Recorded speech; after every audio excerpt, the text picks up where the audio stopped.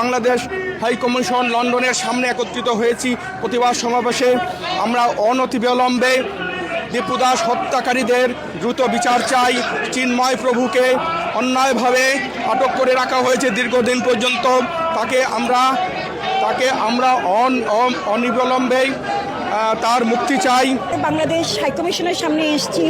আমাদের যে আপনারা শুনেছেন গত সপ্তাহে দীপু দাস নামে আমাদের একজন ভাইকে পিটিয়ে তার প্রমোশন হওয়ার কারণে তাকে প্রথমে পিটানো হয়েছে, তারপরে গাছের সাথে ঝুলিয়ে তাকে উলঙ্গ করে তার শরীরে আগুন লাগিয়ে তাকে মেরে ফেলা হয়েছে।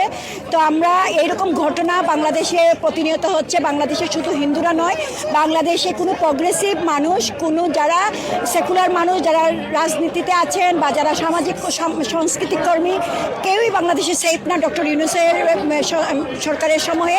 তো আমরা এখানে জাস্টিস এবং আমরা সবাইকে একত্রিত করার জন্য এবং আমাদের ডাকে সাড়া দিয়ে আপনারা দেখছেন এখানে অনেক লোকজন এসছেন, অনেকে আমাদের সাথে প্রতিবাদে জয়েন করেছেন। বাংলাদেশ, ইন্ডিয়া, পাকিস্তান থেকেও হিন্দুরা এখানে জয়েন করেছেন, অনেকে বিভিন্ন দেশ থেকে এসে আমাদের সাথে জয়েন করেছেন।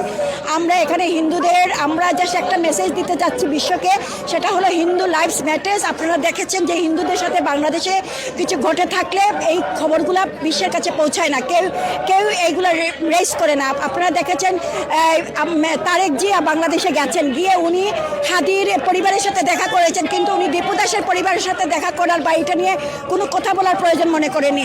পুরো বিশ্ব এখনও চুপ আছে আমাদের হিন্দুদের সাথে যেটা হচ্ছে, দীপু দাসের পরিবারের সাথে যেটা হচ্ছে।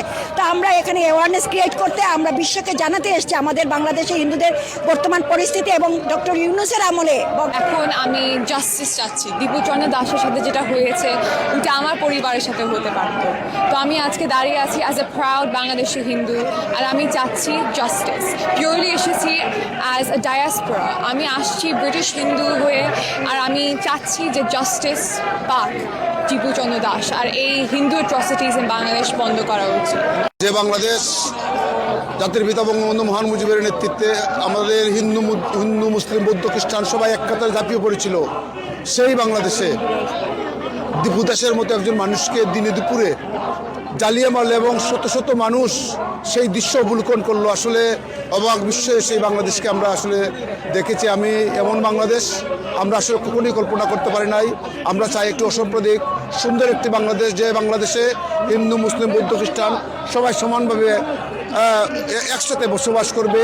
ধর্মের দোহাই দিয়ে দীপু দাসকে যেভাবে পুড়িয়ে মারা হয়েছে এবং শত শত লোক যেভাবে সেই দৃশ্য অবলোকন করেছে, আমি সেই দৃশ্যের যাতে পুনরাবৃত্তি বাংলাদেশে না ঘটে এবং সেই ঘটনার তীব্র নিন্দা জানিয়ে অনতিবিলম্ব সেই দীপু দাসের হত্যাকারীদের গ্রেফতারের জোর দাবি। আমাদের বাংলাদেশের হিন্দুদের উপর যে অত্যাচার হচ্ছে, যেভাবে হিন্দুদের বাড়িঘর জ্বালিয়ে দিচ্ছে, চিন্ময় প্রভুকে এখনও তারা মুক্তি দেয়নি, এর জন্য আমরা প্রতিবাদ জানাতে এসেছি। আমাদের সনাতন ধর্ম হচ্ছে, হিন্দু ধর্ম হচ্ছে সনাতন ধর্ম, যা যুগ যুগ ধরে চলে আসছে। ৫,০০০ বছর পূর্বের এই আমাদের সনাতন ধর্ম, আমাদের এই ধর্ম সারা পৃথিবীতে ছড়িয়ে আছে। আমাদের বাংলাদেশে যে সুন্দর একটা ঐতিহ্য ছিল, আর ছায়ানটের উপরে হামলা হচ্ছে, পয়লা বৈশাখ হতে দিচ্ছে না। টাইমস টিভি মননী বাংলা ভাষা সংস্কৃতি।